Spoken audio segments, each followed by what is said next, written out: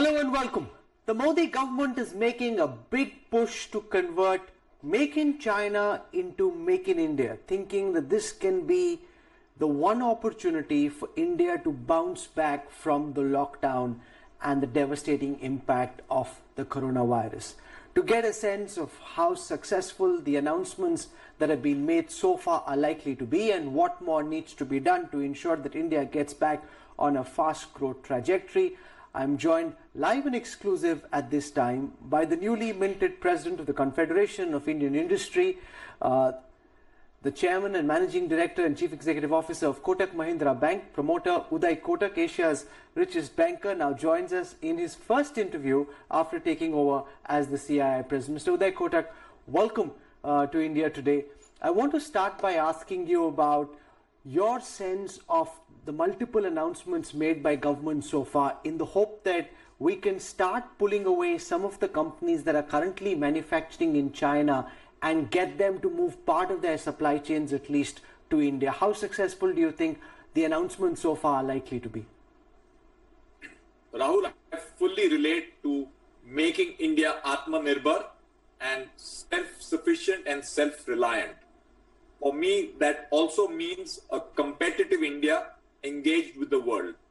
On the issue of China, which is the foremost in people's minds, let's be also clear that there is a significant geopolitical issue which is being played around in the world between China and the rest of the world.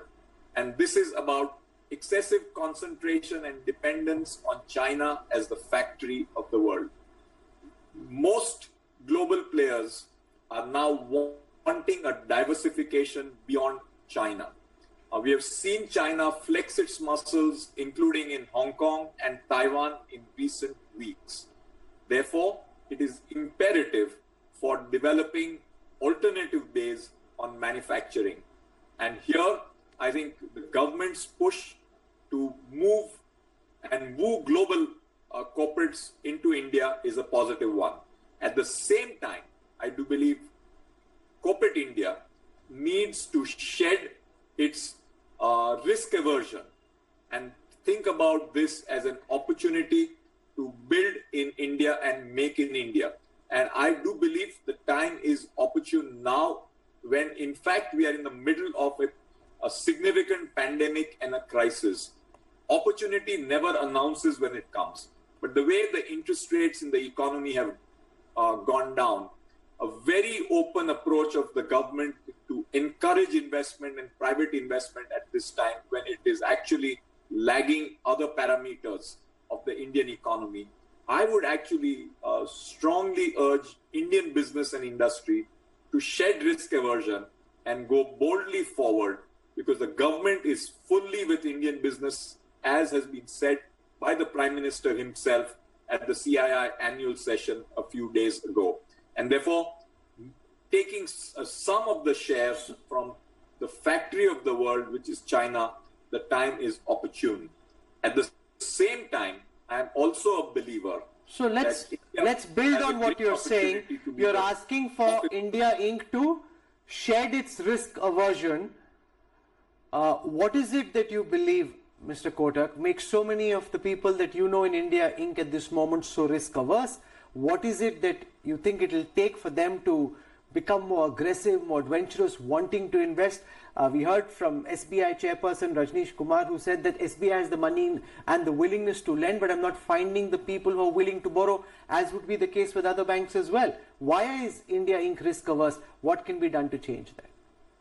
I think India Inc. was in a transition for the last few years. The cause of that transition was India was moving to a different level of governance and having very different standards of what is expected of a business in India. A clearer, cleaner governance system, which was actually happening as we talk, is a part of the reason why there has been a little bit of shock in many parts of corporate India. I think that process is gradually sort of coming to an end of the journey with all the pain and issues with corporate India and some of the practices which were there and prevalent for a long time, those having been cleaned out in a sense by the current and the past few years. In addition to that, I think the time for corporate India now is to look ahead and not look at the rear view mirror in the car. This is the time when I think with a high quality governance, a spirit of entrepreneurship, and markets are giving a great ability to raise capital. This is the time to be moving forward to take some of the bets in all this otherwise pretty gloomy environment created by COVID-19. Many industrialists can say that Uday Kotak sounds disconnected with reality at a time when, we're being asked to restart production, but supply chains aren't fully joined. There are still some disruptions which haven't fully been healed. At a time when demand is uncertain, we're not seeing any pickup or sustainable demand which can be foreseen. And there's already excess capacity, why would anybody set up new greenfield projects? So how would you respond to those concerns? Let me first take this position head on. Yes, there are challenges, but biggest opportunity is when the times are tough. And as we go, and as many of us are in the high seas with turbulence, we have to keep in mind two things. Some of the boats will find it difficult to get to the other side of the shore. And the boats which do get to the other side of the shore, which will actually be stronger and in a better position. Therefore, COVID-19 will lead to some shakeout in a way in different sectors with weaker players who have had high fixed costs or high financial leverage, finding it tough. And we have to separate the noise from the strength of many people in corporate India who will see opportunity on the other side of the shore.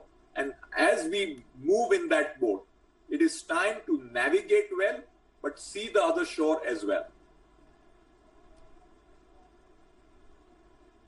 You've been quoted as saying, if China is the world's factory, India can be its office. Why should Google pay $200,000 to work from home US engineers? They can cheaply hire Indians to do the same job on a video conference. Same with finance analysts, marketing, architects. New world creates new opportunities. Explain, Mr. Kotak, how and why you think India can emerge as the office of the world and why this is, you believe, a good space to be in. First of all, taking a share of the factory of the world is not inconsistent with our positioning as being the office of the world. And I want to reiterate, when I use the word office of the world, I mean both the front office and the back office. And if you look at some of the largest companies around the world, working from home, thanks to the pandemic, is the new reality. And when working from home picks up momentum even further, with global connectivity, we are now seeing a reality. I call it as geography is history. And if geography is history, Google can hire somebody who sits in the suburbs of a city of New York, or in Mumbai, Delhi, Bangalore, Hyderabad, or in a little village in India. As long as there is connectivity, as long as the person is competent and capable and has the skills, he or she can get the best of jobs across the world. And that is the new world which COVID-19 has front loaded as I talk to you. And I therefore believe India has a unique opportunity with its brains, with its mind, to be out there and get those jobs. And on a purchasing power parity, the cost of being in India is a significant competitive advantage for every Indian. And it is no coincidence that Satya Nadella and Sundar Pichai are engineers from India who made it globally. And if they could do it in the US, in the virtual world, I don't see why an Indian sitting somewhere in India can be a part of a global value chain and create disproportionate value for himself, the company, and value for India. But let's look at the reality as it exists at this moment.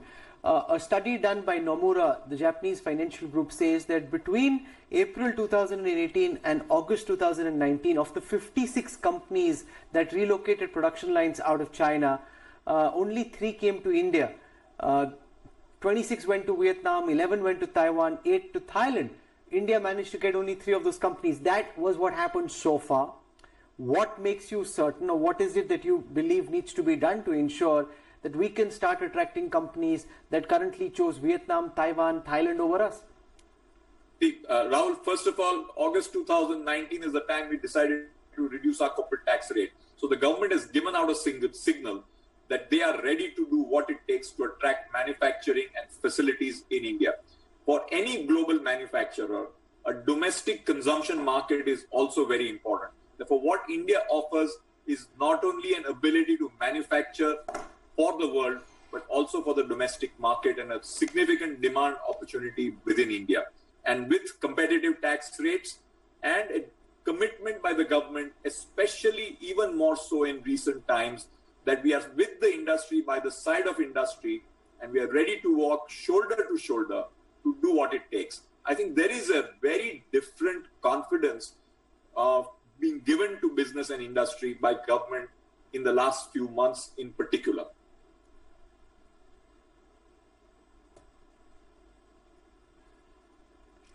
I want your sense now of how you think Unlock 1.0 is going. You were quoted as having said that Modi's lockdown is like Abhimanyu's Chakravyuh. It's easy to get into, it's very difficult to get out of. This was during an earnings call that you were on. So explain, how successfully do you think Abhimanyu is navigating the process of getting out of this Chakravyuh?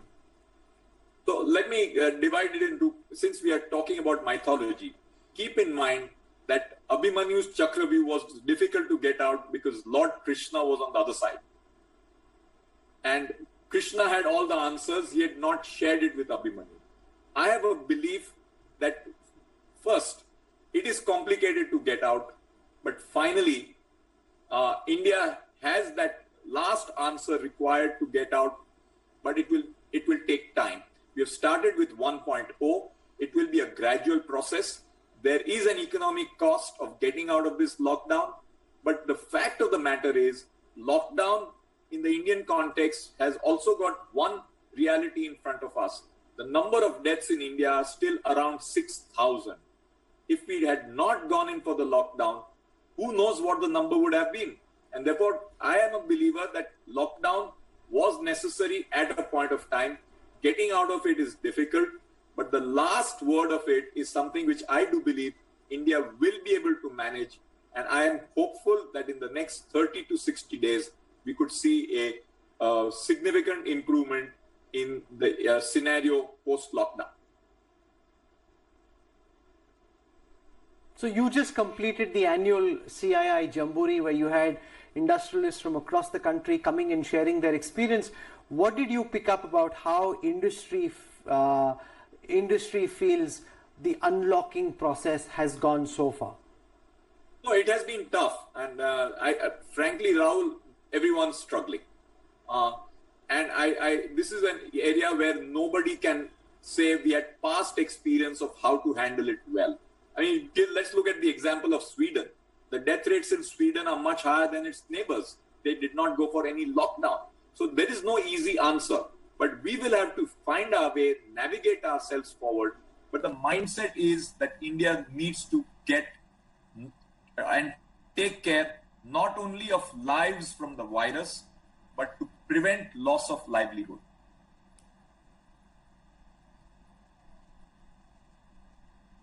So let's get into the aspect of loss of livelihood, because the Center for Monitoring of Indian Economy suggests that at least 100 million plus jobs were lost, of, whether it's in the formal or the informal sector, just in the month of April alone. What's the sense that you're picking up about what can potentially be done to try and minimize or at least reduce job losses? So I think, first of all, we need to have a strategy which is two parts. One is here and now, and second is medium term. Here and now, we need to do whatever spending is required for some sort of a safety net for the bottom of the pyramid.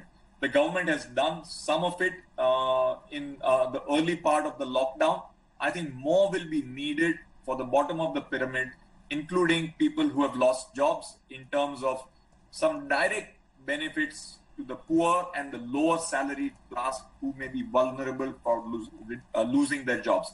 So I am fully in favor of that short-term measure to go out and support that. But medium term, we need to define our priorities. And my view is our priorities have to have, amongst other things, 5 major components. First is healthcare and education. We need to invest in healthcare and education. There will be tough choices. India's investment in healthcare is only 1.3% of its GDP.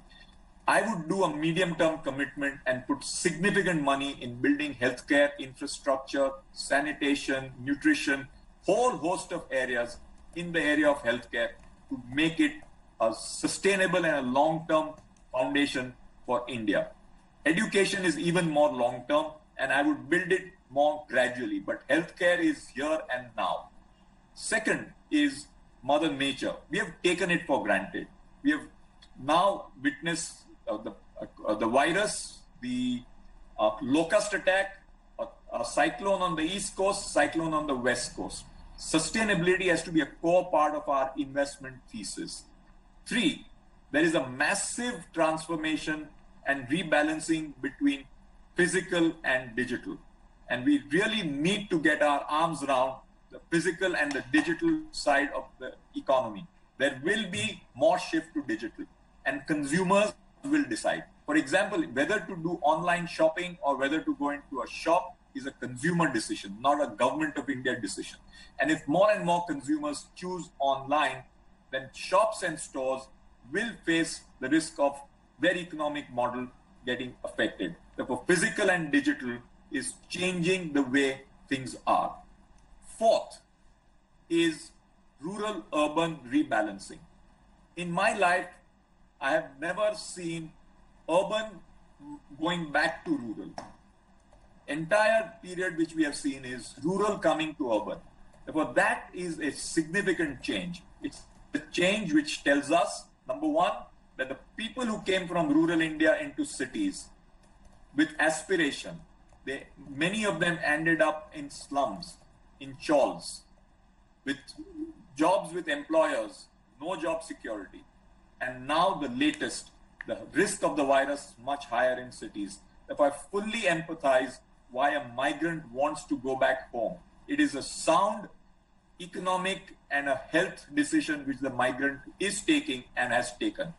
So this is the time for us to get the rural-urban rebalance. I would strongly advocate big investment in rural India, in rural infrastructure, in rural medicine, in creating jobs and opportunities for people in villages, and do whatever it takes to spend and build medium-term investment in rural India.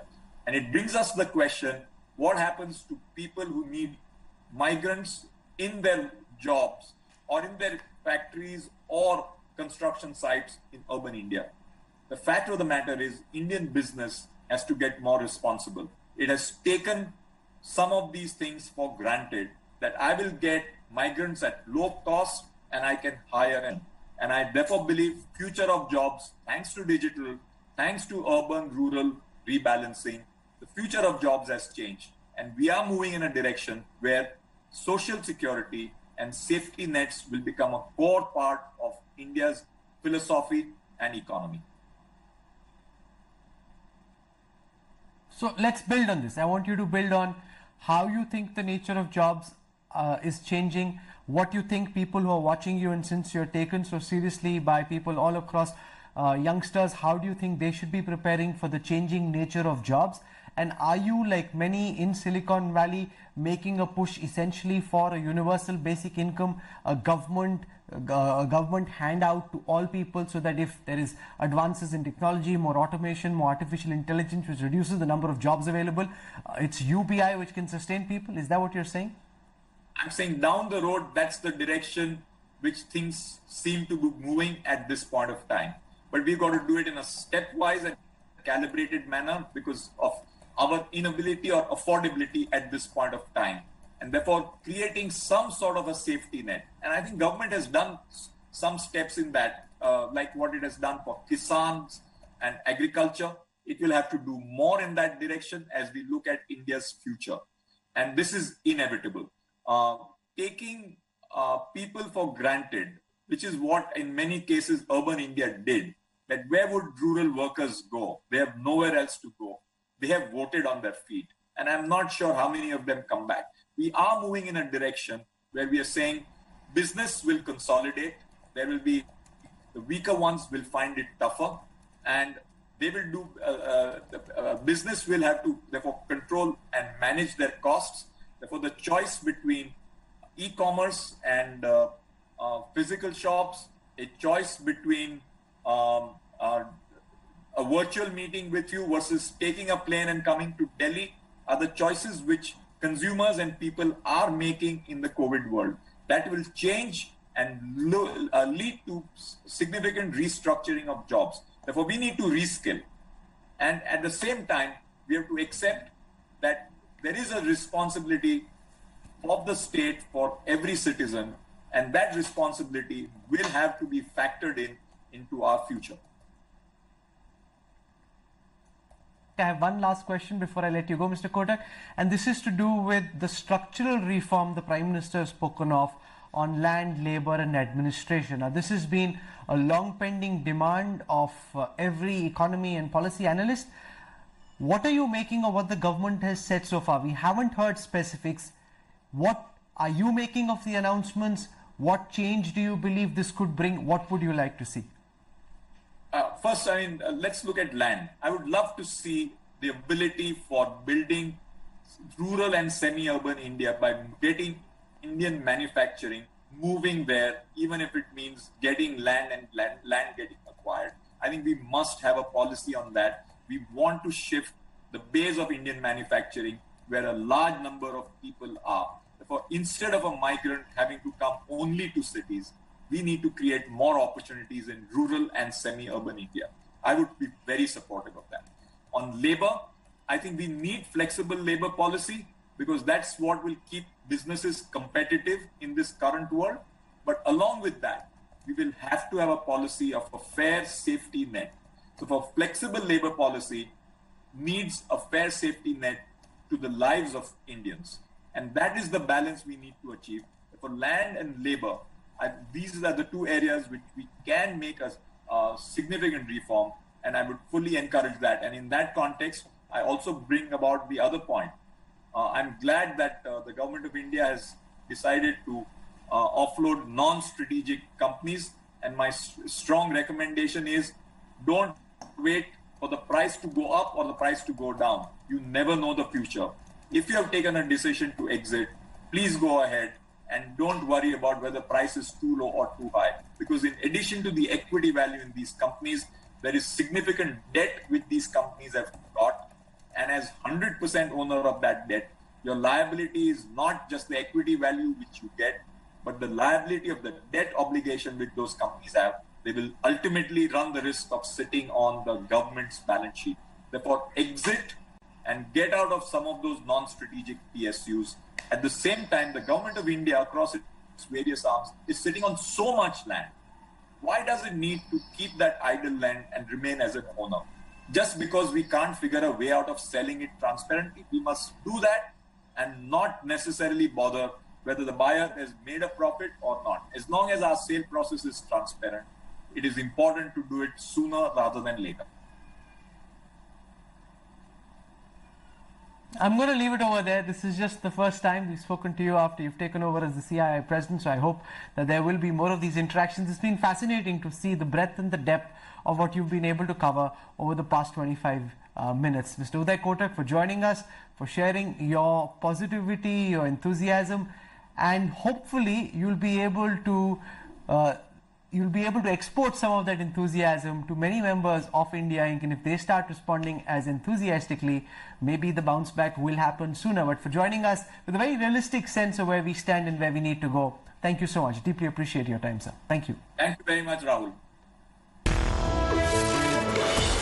Hi everyone, Preeti Chaudhary here. Hope you like this video. For latest news and analysis, like and subscribe to the India Today YouTube channel. And don't forget to press the bell icon to stay updated. Thank you for watching.